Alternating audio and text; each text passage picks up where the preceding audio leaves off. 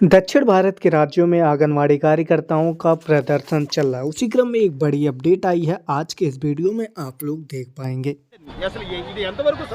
ఆయన ప్రత్యామ్నాయాలు చూసుకుంటానంటే సరిపోయిందా ఏంటండి? 1,10,000 మందిని తీసేస్తాడా? తీసేయమనండి, అప్పుడు ఏం జరుగుతుందో చూపిస్తాం అంగన్వాడీలు ఏంటనేది.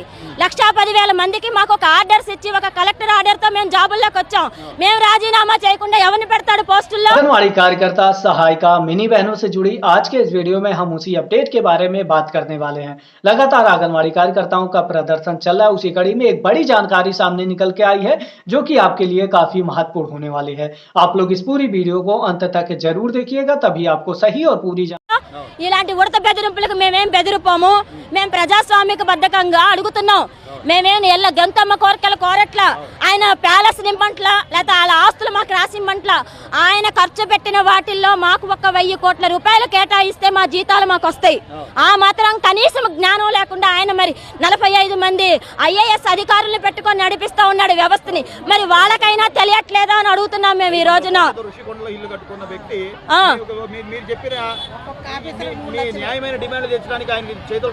అదే కదా మేము అడుగుతున్నామండి.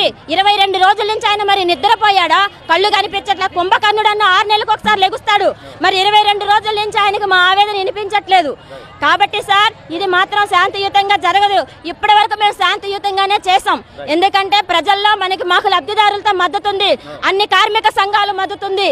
ఇవాళ అన్ని ప్రతి ఒక్క ప్రతిపక్ష పార్టీలకు, వామపక్షాలు అన్ని కూడా మాకు అవునా కాదా? మేడం, అంటే జీవోలు మీరు జీవో వస్తే బాగుంటుంది అనుకుంటున్నారు. రకరకాల జీవోలు అర్ధరాత్రి పూట వస్తున్నాయి, తర్వాత కనిపించే పరిస్థితి ఉండట్లా. నేనేమడుగుతున్నా అంటే, మీకు జీవో మాత్రమే వచ్చి తర్వాత మళ్ళీ మేము గవర్నమెంట్ వచ్చిన తర్వాత దాన్ని ఇంప్లిమెంట్ చేస్తామంటే నమ్మే పరిస్థితి ఉందా? జీవోతో పాటు జీతం కూడా వస్తేనే మీరు నమ్మే పరిస్థితి ఉందంట. మాకు ఆయన జీవో తీసుకొచ్చిన ఒక తెల్ల కాగితం మీద ఆయన సంతకం మాకు పెట్టి, ఇదిగో అమ్మా మీకు అమలు చేస్తున్నాను జీవో మీరు అని చెప్పిన నాడే మేము విధుల్లోకి చేరుతాం. అప్పటి వరకు విధుల్లోకి చేరము. ఆయన మాటలు మేము నమ్మం. ఇప్పుడేమి నమ్మాం? ఇప్పుడు నమ్మేం చేస్తాం? రోడ్డు పాలయ్యాం, రోడ్డుల మీద ఉన్నాం. కాబట్టి మేము ఆయన నమ్మం. మాకు పేపర్ రూపేణ జీవో చూపించి ఆయన సంతకం పెట్టిన సర్కులర్ మాకు చూపించిన నాడు మా విధుల్లోకి మేము వెళ్తామండి. ఆయన చెత్త ఊడిపిస్తాడో